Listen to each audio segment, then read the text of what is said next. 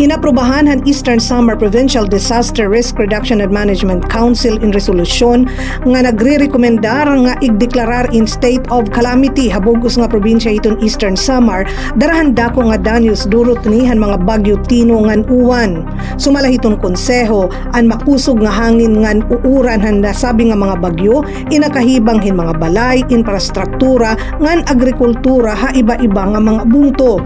Basehan ginbuhat nga rapid damage assessment and needs analysis han mga local DRRMC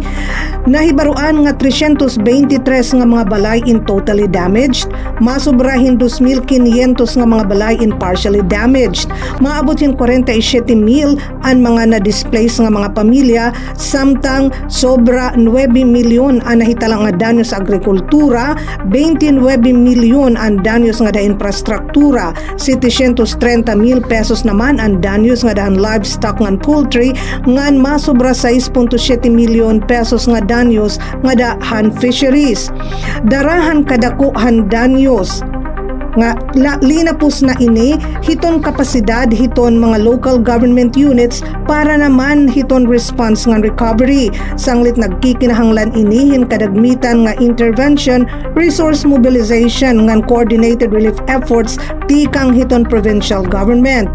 Base hiton aton balaod, iton pagdideklararhin state of calamity inakakapasilitar hiton madagmit nga paggamit hiton local disaster risk reduction and management fund upod na iton quick response fund sugad man gihapon iton pag-imponer hin price control ha mga basic necessities ngan mga prime commodities.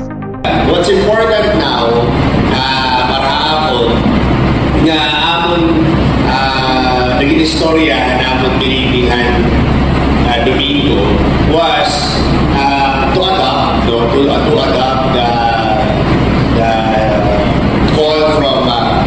President Bongbong Marcos for the declaration of a nationwide state of calamity. Although what I want is that we give immediate relief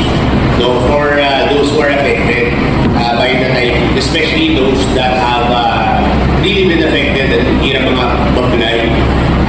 Nasabi nga resolusyon inaprubahan didahin usa nga emergency session o meeting han PDRRMC nga ginbuhat niya na nga aga ngan ini nga resolusyon igsasalawad naman ngadto hiton sangguniang panlalawigan para hiton kaangayan nga aksyon.